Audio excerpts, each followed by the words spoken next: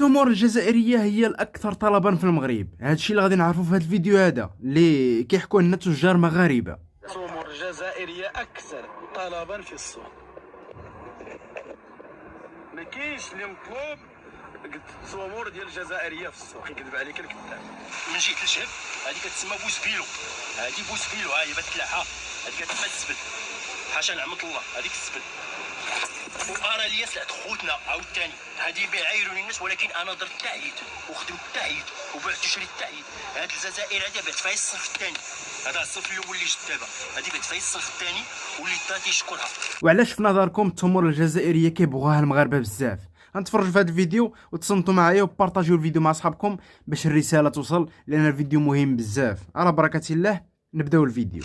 رمضان كريم أعده الله علينا وعليكم بالخير واليمن والبركات، وأعده الله علينا وعليكم أعواما عديدة وأزمنة مديدة، وأنتم تلبسون لباس الصحة والعافية. كل عام وأنتم بألف خير. رمضان كريم على كل الأمة الإسلامية في جميع أنحاء العالم. في هذا الفيديو غادي نشوفوا التمور الجزائرية اللي غزات الأسواق المغربية، وكنا شفنا من قبل هذه واحد الشهر ولا واحد الناس اللي كيتأثروا بداكشي اللي كيدور في مواقع التواصل الاجتماعي، السياسه، الرياضه الى اخره، كيحتجوا على الناس اللي كيجيبوا التمر ديال الجزائر. ولكن فاش كنشوفوا الواقع وكنجيو للواقع فكنجيو للحقيقه كنلقاو ان المغاربه كلهم كيستهلكوا التمور ديال الجزائر، والتمر ديال الجزائر هو اكثر تمر طلبا من عند المغاربه. وهذا الشيء بالشهاده ديال الناس التجار اللي كيبيعوا التمور ديال الجزائر ديال المغرب ديال مختلف الدول العربيه ديال السعوديه ديال تونس ديال ليبيا. ولكن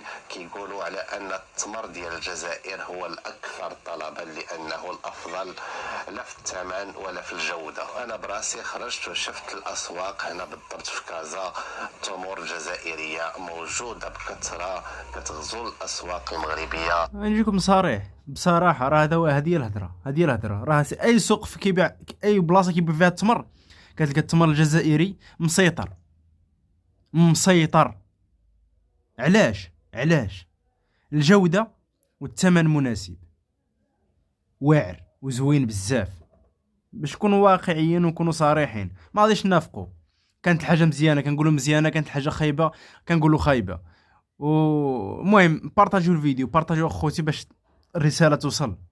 الشعب المغربي كيقتني هاد التمور ديال الجزائر بالدرجه الاولى لانها كيف قلت في المتناول ديال المواطن المغربي من ناحيه الثمن ديالها وكذلك الجوده العاليه ديالها. نجيو نشوفوا هاد الشاب المغربي اللي هو تاجر ديال التمور اش كيقول على التمر ديال الجزائر.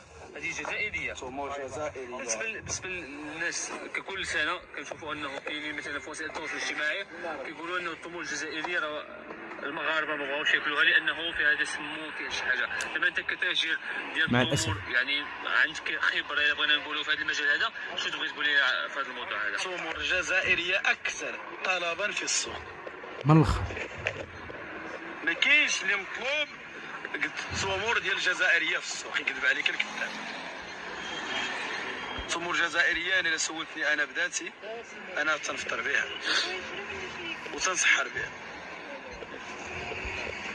كيف يعقل اني غادي نرمي على واحد الاشاعه ولا نمشي مع دوك صحاب الاشاعات؟ من المستحيل بدون نفاق. علاش غنكذب؟ يعني بغينا نقولوا حنا كمغاربه المعقول يعني الحاجه اللي كلام الناس اللي ما عندهم ما ينداروا ويبقاو يرموا الاشاعات. الحاجه اللي كاينه راه كاينه، ما كايناش كاينه ما كايناش ما كايناش. انت ما عندك ما يندار مسالي راسك ما دابا هادو شحال فيها؟ 2 كيلو 5 كيلو. 5 كيلو هذه فيها 5 كيلو. واعر يا خويا، لا 5 كيلو. واعر اللهم بارك. كيلو عندي في تونس. هذه ديال تونس، هذه ديال تونس. هذه ديال 2 كيلو هذه ديال تونس. زيدها السلوات. هذه ديال الجزائر. كاين شويه الفرق بينهم، لا كاين شويه الفرق واحد. كاين شويه. حتى هذه مهم مزيان. هذه زينه ناشفه شويه، هذه الديفو ديالها هو ناشفه شويه، والجزائر تكون ديما رطبه. مرتبه وزوين. الجزائر عندك كاين هذا النوع هذا؟ عندي هذه وعندي العرجل ديال الكيلو ولا العرجل ديال الكيلو؟ 3 كيلو. 3 كيلو. هو عندي هذه وعندي العرجل فيه 3 كيلو كما العاده. هذه وهادو التمور درهم. تمور تونس الاثمنه هما والله يعني داكشي بالاثمنه. واه كاينه هذه مجهول، هادو بجوج. كاين هذا انا شويه، كاين هذه جزائريه عاوتاني العرض 45 درهم. اللهم بارك. واو.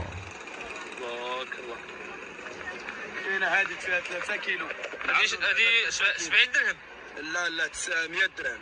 100 كتبين لي 70. 100 درهم. هذه الناس اللي تيبغيو التمر شويه رطبه ومعسله. ها هي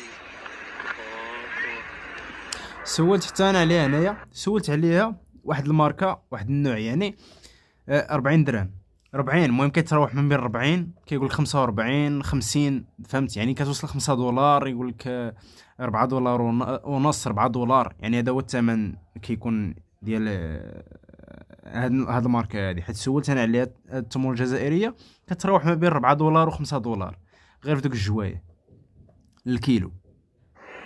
100 درهم عرفتوا. شحال تكون كدير في الجزائر هذه؟ شحال تكون تقريبا شحال تكون كدير في الجزائر؟ من زي حنا كدير هنا 4 دولار يعني راه شحال تكون في الجزائر؟ تكون يمكن بدولار ولا دولار ونص بحال هكا في الغالب.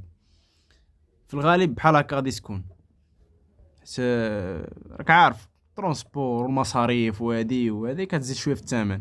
يعني كانت في الاصل في تما غادي تكون ناقصه ولا لا شحال تكون دايره تقريبا. اللي كيعرف الاثمنه يقولنا الاثمنه. هي هذه بعداك. هي هادو كاع هادو بحال هذه راه فيها 3 كيلو. 3 كيلو. هذه المهم راه باينه راه رتبه. لا باينه بالنسبه للناس اللي ما عندهم السنان ورمضان تيبغي كل الناس تيبغيو شويه التمر تكون معسله راك عارف.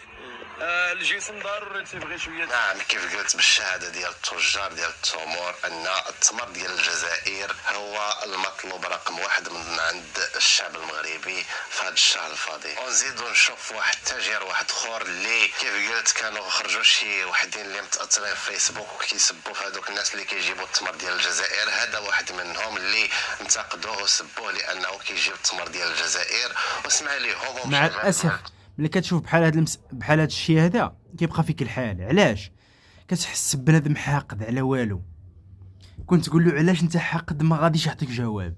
اشنو داروا لك؟ علاش انت مثلا ما كتبغيش التمر الجزائري؟ علاش ما غاديش يجاوبك؟ ما عندوش جواب. الجواب ديالو اصلا زايد ناقص. ما قلت العقل وبنادم مع الاسف. وجاب كونتونير كبير من التمر ديال تونس وسمع شنو قالوا. ما قدرش انه يكمل ورجع للتمر ديال الجزائر وسمع شنو كيقول على التمر اسمع والتمر ديال الجزائر. وهذوك الناس ديال لي ريزو سوسيو ما عندهم حتى علاقه بالحقيقه وبالواقع. والدليل هو ان التمر ديال الجزائر المطلوب رقم 1 من طرف الشعب المغربي في الاسواق المغربيه. تفرج في هذا الفيديو. جابك الله نيت اخويا. تحيه لكم وتحيه لخوتنا وتحيه في جميع خوتنا اللي داخل الوطن وخارج الوطن. هذه اخويا راه غادي الناس لاكادير. هذه بغيت نصيفط على كادير. بنعرف علاش هذوك الناس ما فكادير عندهم التمر وتيقول لك صيفط لنا اخويا الشيب. هذه غادي الناس لاكادير. هذه ديال الجزائر. ها هي نقول لك شي حاجه ما عليناش. دوك الناس اللي عايروني داك النهار في هذاك الفيديو وكذا هاد السلعه هذه راه صورت فيها الفلوس كليت منها وشربت وشربت ليا البركه. ما عليناش. ملي سمعت تيناقضوني الناس هنا قال لك الجزائر ما تلزاق قلت نلغيها. قلت هاد السلعه هذه ما عندي ما ندير بها. قال لي خص ليا وجهي مع خوتي المغاربه ومع جيراني ومع كذا. قلت سيدي نمشي ندير هاد تونس هادي لا خوتنا تاع تونس. وباش نجيكم صريح انا غادي نعذروا. علاش؟ حيت كيكون عليك واحد الضغط. راه قليل اللي كيتحمل داك الضغط فهمت؟ قليل. حيت انت كتلقى كلشي مثلا اللي دايرين بيك هذا كيقول لك هذا وهذا يقول لك هذه وهذا كيقول لك هذه. فراك انت راه الله يحسن العوان. بنادم راه كيتغلب. واش فهمتوا كيفاش؟ يعني غادي نهضروا واخا مثلا ملي تضغط صافي حيد التمور الجزائريه ولا كيبيع يمكن التمور التونسيه. ولكن المفاجاه هي اللي غادي تسمعوا دروك. اسمع مزيان. توانسه مشيت شارجيت فيها فياج. هاد الساعه التوانسه خوتنا حتى هما مسلمين حتى هما وكذا خوتنا. مشيت شارجيت فيها فياج. شوف فياج وكنستنبيع للناس. انا على نيتي حيت رمضان ما يمكنش تطوق التمر تطوقوا بالليل. حيت انا باقي عندي التمر تاع الجزائر في الدار خدام. تنبيع للمخزن تنبيع للجندار تنبيع لكلشي كاع الناس يجوا. وهاد مسخط الوالدين ويصيفطوني للحبس. والله الا بغيت يصيفطوني للحبس. التمر تاعهم كلهم زيرو. واش تجيفوا عندنا هنا ولا ما عندهم ليه ما عرفت. التمر تاعهم زيرو. سما هو كيهضر على التمور التونسيه فهمت؟ كيهضر على التمر التونسي. وبطبيعه الحال حنا ما غاديش نقولوا زعما التمر التونسي راه مزيانش ولا هادي حيت راه كاين انواع فهمت؟ هذاك التمر اخويا الشيب راه زيرو حنا بينا نتعاونوا معاهم حيت حنا مسلمين خصنا نتعاونوا مع خوتنا. انا تتهمني السلعه تكون نقيه، هاد السلعه هادي زيرو. ملي ما تقدش بالناس ديتها للدار حطيتها في الثلاجه لقيتها غامله ومصوفه والمعده قطعه بحال كتاكل الحجر. ها انتم تقول هاد السيد هذا تيكذب، ها هي هادي عقل على الخوت، راه هادي خطر، هادي راه فات غامله وما عرفتش فما كاع. هادي هاد مالين التمر ما يحملونيش نعيب اليوم هاد السلعه، ولكن انا تيتبعوني الناس. انا عندي خوتي كيتفرجوا فيا وعندي خواتاتي كيتفرجوا فيا وعندي الناس بولادهم كيتفرجوا فيا وعندي كل شيء. انا انا حنت دخلت معكم بنيتي، انا اي حاجه فيها الخوات غادي نوريها لكم، اي حاجه داخله على برا فيها الخوات نوريها لكم. والتقليد نتي انايا. شوفوا هادي التيطالطه، شوفوا التمر كي داير. شوفوا دابا كيما تيبان لكم التمر معسل زين. هاد الشيء كله شوف هادي غامله، ها هي عجتها، ها الصوفه دا عجتها غامله. هاد الشيء فيه الغموليه الخوت. ها انت شتي فيه الغموليه. هادي كتسمى هادي من جهه الجهل هادي كتسمى بوزبيلو. هادي بوزبيلو، ها هي بات تلاحها، هادي كتسمى الزبل. حاشا نعمة الله هاديك الزبل. وارى ليا سلعة خوتنا عاوتاني، هادي بيعايروني الناس ولكن انا درت تعييد. الجزائري وبعت شريت تعييد. هاد الجزائر هادي بعت فيها الصنف الثاني، هذا الصنف الاول اللي جد دابا، هادي بعت فيها الصنف الثاني واللي دا تيشكرها. وتنقول لبنادم تيجي حدايا حدا الشام تقول لك هاد الجزائر، تقول لك لا راه هادوك كذا، عطيني هاد التونسي، كنعطيه التونسي وتيبدا يعايرني. انا كاع اللي عطيتو شي حاجه في هذيك التونسي يسمح لي، انا ما نويتهاش وما مطلعش ليها وما تسمحوش لك نطلع عليها خوتي، والله العظيم ما مطلع عليها. انتم باش تعرفوا هاد الناس هادو عاوتاني ما كاينش الخوات. انا كنوريكم ماشي مشكل، كنوري الشركه انايا ما عنديش المشكل في هاد الشيء. انا اللي هي عيش بنادم، عيش هي هو بنادم ما باقيش يغلي على خوتو. انا داك النهار ورينا داك الكرتونه تاع التمر تنبيع انايا ب 60 درهم، كنبيع انايا ب 60 درهم. كنتعاون مع خوتي، كنتعاون مع الفقير. كاين اللي كيعطيك 1000 ريال تيقول لك ما عنديش، نقول ليه سير. كاين اللي كيعطيني 11 سنه تيقول لي ما عنديش، والله العظيم نقول ليه سير. وتجي تلقى بنادم كيبيعها ب 80 درهم وكيبيعها ب 70 درهم. بركه وحشومه صاحبي، وعيب وعار، عيب وعار. هذا الشيء صاحبي تقوا الله في خوتكم صاحبي. راه مساكين اللي عشقوا بيا كل تمرت لخوتهم خليوه يبيعوا لهم برخيص. هذه الصنف الاول الخوت، ها هو شي وريهم اخويا الصنف الاول هذا ولا لا. ها هو الصنف الاول فين هو داكشي. هاي الصنف شتا الصنف، هاي الاول طمور، هاي الصنف الاول. ها انتم هادي باقي ما شفتهاش انايا. هادي صيفطها البحر الجديده، والله العظيم حتى مشات الجديده داو من الناس 2 كرتونات. وبغيت نعرف انا علاش خوتي المغاربه كلهم تيثيقوا فيا. عندهم التمر في جديده وعندهم التمر في اكادير وعندهم التمر في كازا وعندهم التمر في سلا وعندهم التمر في بن قرير وعندهم التمر وتيقول لك اخويا شاف صيفط ليا. علاش هذا الشيء؟ حيت تيتعاونوا معايا وكيثيقوا فيا وعارفيني تنقول الصراحه. وكاع اللي تعاون مع الشعب بكلمه زينه بكلمه خايبه الله يجازيه بخير والله يرحم ليه الوالدين ومسامحات نية اخرى. حنا هادشي اللي كاين. انت شوف عاوتاني كيما العاده. ما لاحظتش واحد الحاجه خوتي، ما لاحظتش واحد الحاجه كتحسوا به واحد الانسان صادق. والله الا من وجهه باين واحد الانسان ولد الناس وصادق، يعني سبحان الله. ما انا حسيت بها، والله الا حسيت بها. ما حسيتوش بها نتوما؟ واحد الانسان كيهضر بواحد العفويه، واحد الانسان سبحان الله العظيم.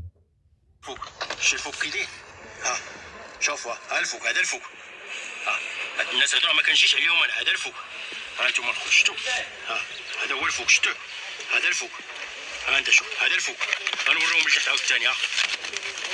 واش فهمتي اش بغا يوصل؟ راه بحال الفوق اللي كيكون محطوط الفوق بحال التحتاني، ماشي بحال كما شاف في الاول ديك ديال التونسيه اللي ما غاديش نعيبوا حنا. راه ربما تكون شي وحدين مخلوضين تما، راه كاين التمر التونسي زوين.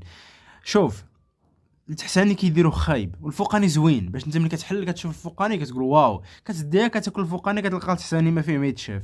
كيديروها حتى في مطيشه، كيديروها في البصله، كيديروها بزاف د الحوايج. هادشي راه باين. واش فهمت؟ راه التجار راه عارفين هاد القضيه هادي. ديما الفوق كيديروا لك حاجه زوينه والتحت كيديروا لك حاجه خايبه باش يربحوا معاك. فهمت؟ مع الاسف ما كيخافش الله ما عندك ما دير له. هذيك قلبها زعما باش تشوف لتحت وتشوف الفوق راه بحال وانا عارفه راني شفتها وشريتها وكلتها. الصراحه شوف تحت انا باقي ما عرفتش كاين. ها تحت ما كاينش الخوات. وريني شي وحده مصوفه هنا ما كايناش. هاي العرشه ما تبارك الله اللهم بارك. والله يا كيشتيها صح. ما كايناش وحده مصوفه. احنا صايمين فيها هنا. هذا ديال خوتنا الجزائر. ها راه اليوم الاخرى عندي 3 الماركات. ها هي تاع ديال الصنف الاول. وريهم الصنف الاول هي كبيره هنا. الصنف الاول هذا البروميير واللي باها راه الثمن مزيان فيها. ها هو الفوق عاوتاني شوفوا. شو العسل.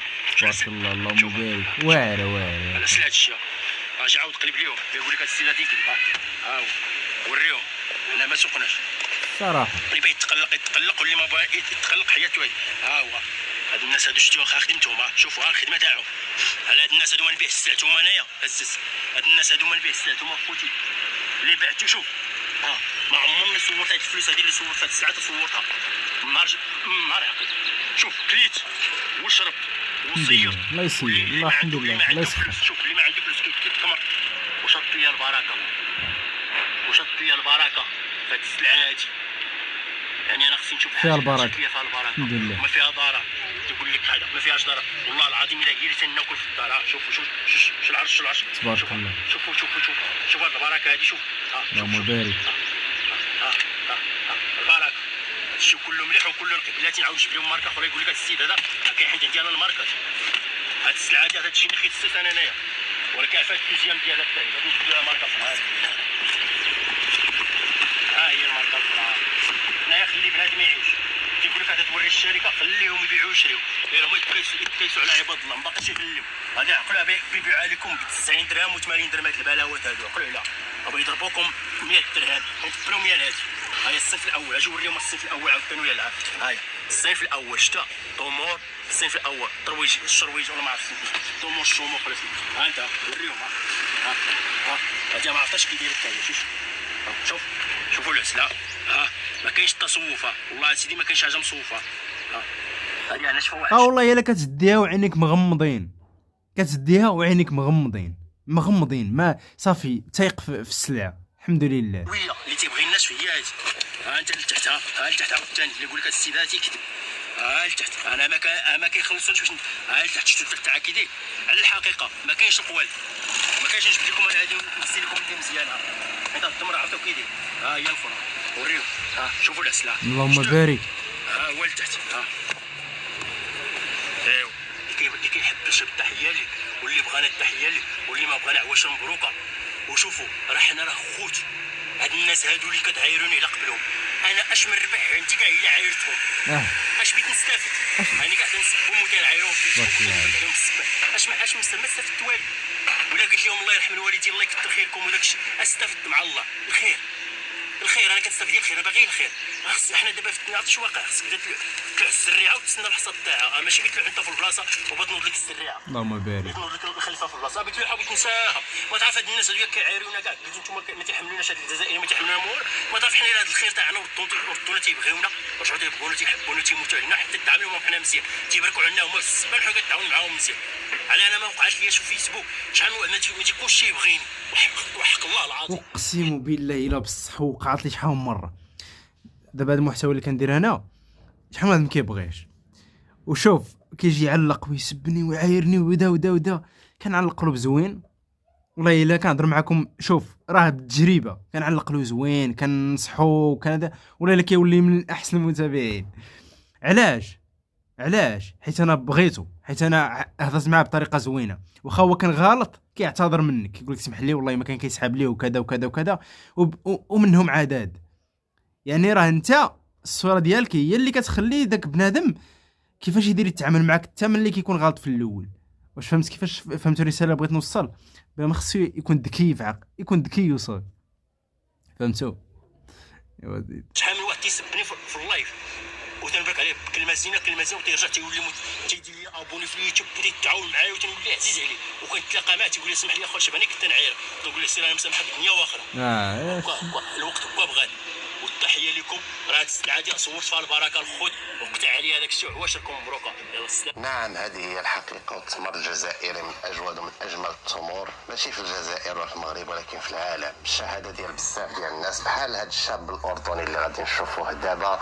هو هذا الشاب أردني هدية الأب ديالو التمر ديال الجزائر داليه التمر ديال الجزائر. كان معتاد ومولف التمر ديال السعودية ولكن هذه المرة داليه التمر ديال الجزائر. فاسمع من بعد ما داق التمر ديال الجزائر شنو قال عليه. وانا في الجزائر جبت لاهلي في الاردن دقله النور طلبوني اياها مخصوص. تعال ناخذ راي ابوي متعود على تمر السعوديه تعال يعطينا رايه فيها. يا السلام عليكم يا ابوي. دقله النور اللي انت طلبتني اياها مخصوص دوق واعطيني رايك تفضل. ورايك بصراحه انت متعود على تمر السعوديه. بسم الله يا ما شاء الله ما شاء الله. ايش رايك بالله عليك؟ تمر سعوديه وهذا يلا. هذه دقلة النور مش موجودة عندنا في الشرق الأوسط. اكيد. وهذه التمرة سبحان الله يعني لا تنبت ولا تنجح زراعتها إلا في صحراء الجزائر وصحراء تونس. وحاولوا يزرعوها برا دول برا سعوديه، مره قلت لي حاولوا، الله ما يقدوا لنا يا ابوي، والله ما يقدوا. حاولوا يزرعوها عندنا لكن طلعت ناشفة، ما طلعت بهذه الطراوة. يعني نفس اللي انت كنت متوقعه، انت طلبتني اياها مخصوص، طلبني يا خاوتي مخصوص، قال لي تيجيش بلاها هاي، تيجيش من غيرها، قال لي. سبحان الله يعني فيها أمر عجيب غريب. ما شاء الله ما شاء الله. هذه النبتة فيها رائحة زكية وطيبة تستطعم ما دق ديال وهذه الرائحة الطيبة الزكية تستطعم. الله يا ابوي عليك. تستطعم هذه الرائحة. الله عليك. هذا الأمر العجاب إنه يعني الرائحة عادة تشم. الله على هالكلام. ولا تستطعم. الله عليك. لكن في هذه النبتة توجد هذه الرائحة الزكية وتستطعم. يعني مثل ما كانوا يعني زمان بيسووا القهوة يحطوا عليها نقطة شو اسمه هذه، شو بسموها هم اللي بتعطي النكهة الريحة لها في القهوة. بالضبط. والله صحتين وعافية. ماء الزهر. سبحان الله يعني نبتة غريبة. هاي طبيعي من ربي يعني. نعم، التمر الجزائري لا يحتاج احد انه يهضر عليه ولا هضر على راسه، داوي على راسه كيف كنقولوا بالدارجه. وهذوك الناس اللي كيديروا الفتنه في الريزو سوسيو كنقول لهم راجعوا انفسكم في هذا الشهر الفضيل، فاننا في شهر الغفران. ما تنساوش هذا الشهر هذا راه شهر الغفران، شهر الرحمة، شهر اللي خص بنادم يراجع راسه ويخليه يبدل عقليته وتبدل هو. راه ما خصناش صاحبي، راه حنا خوت صاحبي، بنادم خصو يخدم شويه عقله ويتقي الله. راه واحد النهار غادي تموت، غتخشى في قبر صاحبي. شنو تقول الله سبحانه وتعالى؟ الله المستعان، ولا حول ولا قوه الا بالله. والله يهدي ما خلق. عطونا الراي ديالكم اخوتي، اش بان لكم في هذا الشيء؟ والله الا بغيت الراي ديالكم كاملين، وان شاء الله باذن الله غنرد عليكم كاملين. واستودعكم الله، والسلام عليكم ورحمه الله وبركاته. ديما خوا وما كاين عداوه رغم انوف الحاقدين. السلام عليكم.